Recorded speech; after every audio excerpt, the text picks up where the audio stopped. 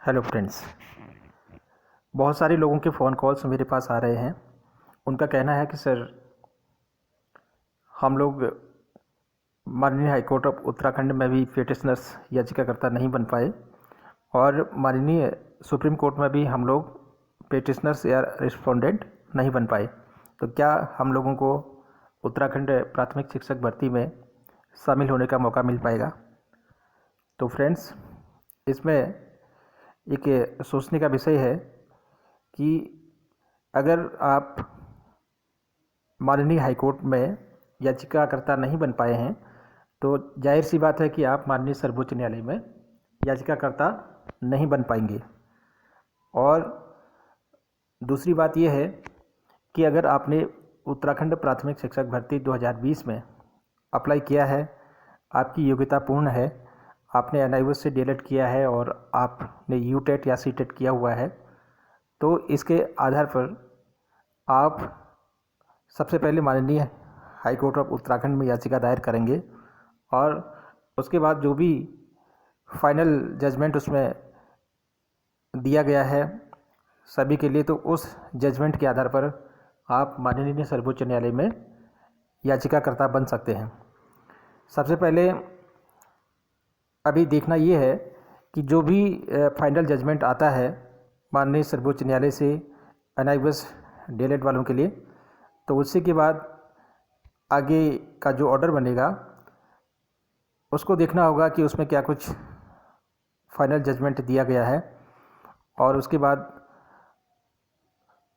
उत्तराखंड सरकार क्या कुछ इसमें डिसीजन लेती है, किस प्रकार से काउंसलिंग कराती है, यह भी एक अपने आप में बहुत बड़ा महत्वपूर्ण विषय है। तो फ्रेंड्स, जब भी कोई कैंडिडेट्स माननीय सर्वोच्च न्यायालय में सुप्रीम कोर्ट में याचिका दायर करता है तो सबसे पहले माननीय सर्वोच्च न्यायालय हाई कोर्ट के फाइनल जजमेंट को देखती है कि क्या कुछ माननीय हाई कोर्ट से फाइनल जजमेंट आया है। उसी के आधार पर माननीय सर्वोच्च न्यायालय में याचिका दायर की जाती है। तो जब भी कोई कैंडिडेट्स सर्वोच्च न्यायालय में याचिका दायर करता है तो इसके लिए निचली अदालत के जजमेंट को सबसे पहले देखा जाता है। तो इसी के आधार पर केस फाइल होता है। तो फ्रेंड्स, अभी जो फाइनल जजमेंट आएगा एनआईओएस डीएलएड वालों के लिए, तो सबसे पहले जो भी माननीय सर्वोच्च न्यायालय से रिस्पोंडेंट और पिटिशनर्स बने हुए हैं उनके लिए ऑर्डर होगा और उसके बाद ऑर्डर सभी के लिए जनरल हो जाएगा। जितनी भी आने वाली जो भर्तियां हैं उसमें सभी लोग आवेदन कर पाएंगे, क्योंकि जो भी लड़ाई लड़ी गई है तो एनआईओएस डीएलएड को वैलिड करने के लिए लड़ी गई है। वैसे तो एनआईओएस डीएलएड जब इसके लिए डिप्लोमा कंप्लीट कराया गया है केंद्र सरकार के द्वारा तो उसी समय वैलिड है, लेकिन किसी कारणवश इसमें माननीय हाई कोर्ट और माननीय सुप्रीम कोर्ट में याचिका दायर हुई, केस को लड़ा गया और फाइनली अब एनआईओएस डीएलएड को जीत मिलने वाली है। तो ये पूरे भारतवर्ष में वैलिड होगा और आने वाली जो भी भर्तियां होंगी जिन्होंने एनआईओएस से 2 वर्ष का डीएलएड का डिप्लोमा किया है उन सभी के लिए लागू होगा।